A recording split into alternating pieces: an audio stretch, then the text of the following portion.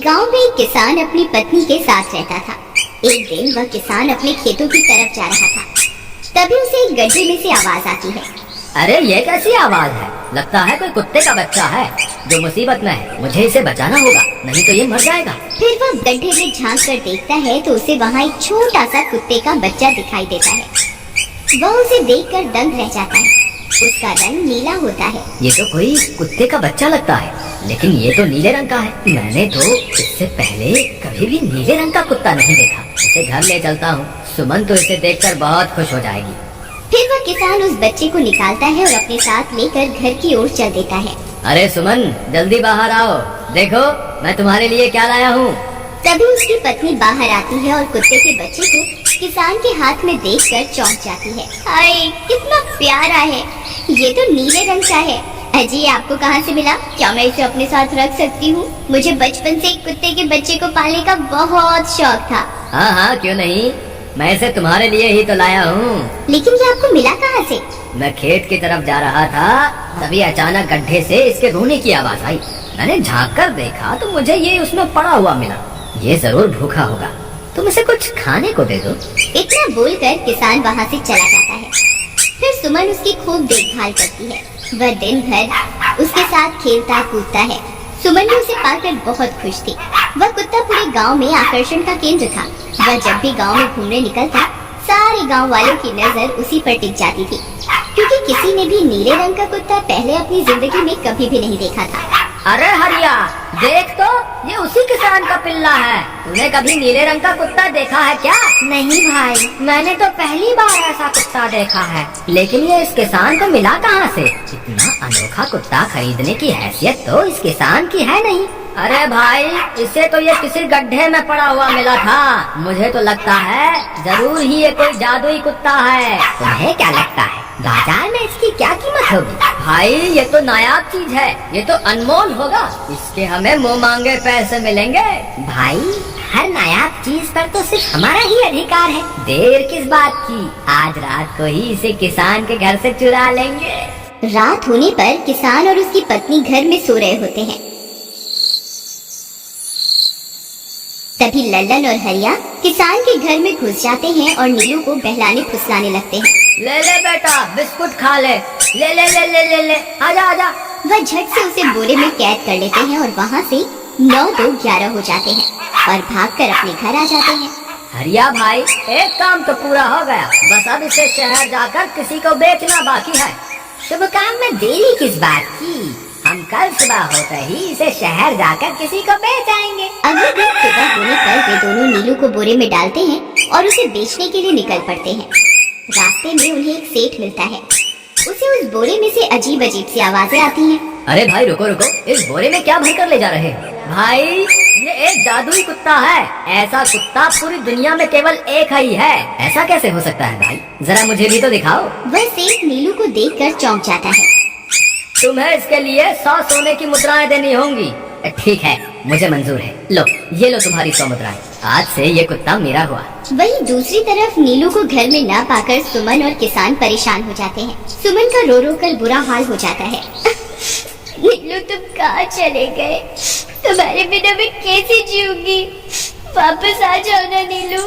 अजी, मेरे नीलू को कहीं से भी ढूंढ कर लाइए।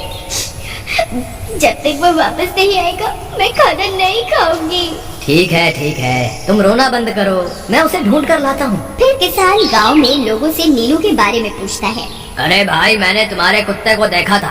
वो लल्लन और हरिया तुम्हारे घर से बोरे में किसी को भरकर ले जा रहे थे। वो अवश्य ही तुम्हारा कुत्ता होगा। फिर किसान भागता हुआ लल्लन के घर जाता है। लल्लन, मुझे पता चल गया है, तुम्ही ने मेरे नीलू को चुराया है। उसे अभी के अभी वापस लौटा दो, नहीं तो मुखिया से कहकर तुम्हें कड़ी से कड़ी सजा दिलवाऊंगा। अरे हरिया भाई, इसे कैसे पता चल गया? मुझे लगता है किसी ने हमें उसे चुराते हुए देख लिया होगा। मुझे अभी के अभी मेरा कुत्ता वापस करो, नहीं तो अच्छा नहीं होगा। भाई, तुम्हारे कुत्ते को तो हमने 100 मुद्राओं में बेच दिया। अब तुम चाहो तो सारी मुद्राएं रख लो और हमें छोड़ दो। नहीं, मुझे मेरा कुत्ता ही चाहिए। तुम्हारे पास कल सुबह तक का वक्त है। कैसे भी करके उस व्यापारी को ढूंढो और मुझे मेरा कुत्ता वापस ला कर दो, नहीं तो जेल जाने के लिए तैयार हो जाओ। इतना बोलकर किसान वहाँ से चला जाता है। अरे मर गए रे, अब क्या करें? ये तो थानेदार की धमकी देकर गया है। लल्लन भाई, मुझे जेल नहीं जाना, कुछ करो ना। अरे अब क्या होगा, चलो उस सेठ को ढूंढते हैं, उसे उसके सारे पैसे लौटाकर उस कुत्ते को वापस ले लेंगे। वे दोनों सेठ की तलाश में निकल पड़ते हैं, लेकिन बहुत देर तक ढूंढने पर भी उन्हें वह सेठ नहीं मिलता। लल्लन भाई, यहाँ तो सेठ का कोई नामो निशान ही नहीं है, न जाने अब तक कहाँ निकल गया होगा। अब क्या करें, हमारे पास कल सुबह तक का ही वक्त है।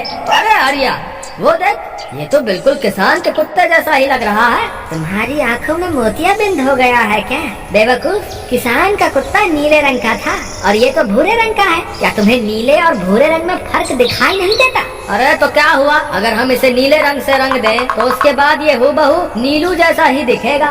बात तो तुम सही कहते हो भाई। चलो फिर देर किस बात की, अभी इसे पकड़ते हैं। फिर वे दोनों उस कुत्ते को पकड़कर अपने घर ले जाते हैं और नीले रंग का पानी घोलकर उसे उसमें डुबो कर उसका रंग भी नीला कर देते हैं। अरे भाई हरिया, ये तो बिल्कुल नीलू जैसा ही दिख रहा है। फिर अगले दिन वे उस कुत्ते को अपने साथ लेकर किसान के घर जाते हैं। अरे भाई मोहन, देखो हम तुम्हारे लिए क्या लाए हैं, जल्दी आओ, तुम्हारा नीलू वापस आ गया है, जल्दी आओ। किसान और सुमन की खुशी का ठिकाना नहीं रहा। लल्लन और हरिया, तुमने गुनाह तो बहुत बड़ा किया था, लेकिन वक्त रहते तुमने अपनी गलती को सुधार लिया, इसलिए मुझे तुमसे अब कोई शिकायत नहीं है। तुम दोनों जा सकते हो। फिर वे दोनों वहाँ से निकल जाते हैं। नीलू, तुम वापस आ गए, मुझे तुम्हारी कितनी फिक्र हो रही थी। कहाँ चले गए थे तुम? हाँ, आज के बाद मैं तुम्हें कभी अकेला नहीं छोड़ूंगी। मेरा नीलू इतने दिनों बाद घर आया है, इतना गंदा भी हो गया है। चलो अब हम नहाई करेंगे। फिर सुमन उसे नहलाने लगती है। अरे मेरा नीलू नाई करेगा, इतना गंदा हो गया है। पानी उसके ऊपर पड़ते ही वह कुत्ता छटपटाने लगता है।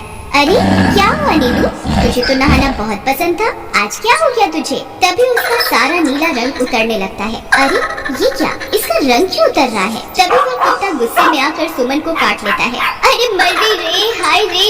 अरे सुनो जी, इसने तो मुझे काट खाया। हाय रे अजी, सुनते हो? जल्दी आओ, मुझे लगता है ये हमारा नीलू नहीं है। देखो, इसका तो सारा रंग ही उतर गया। ये तुमने ठीक नहीं किया लल्लन, अब मुझसे बुरा कोई नहीं होगा। फिर किसान गुस्से में लल्लन और हरिया के घर जाता है। ए लल्लन, दरवाजा खोल। ए लल्लन, जल्दी दरवाजा खोल, नहीं तो इसे तोड़ दूंगा। आज तुझे मुझसे कोई नहीं बचा सकता। अरे मर गए रे, ये तो उसी किसान की आवाज है। लगता है इसे हमारी तरकीब के बारे में पता चल गया।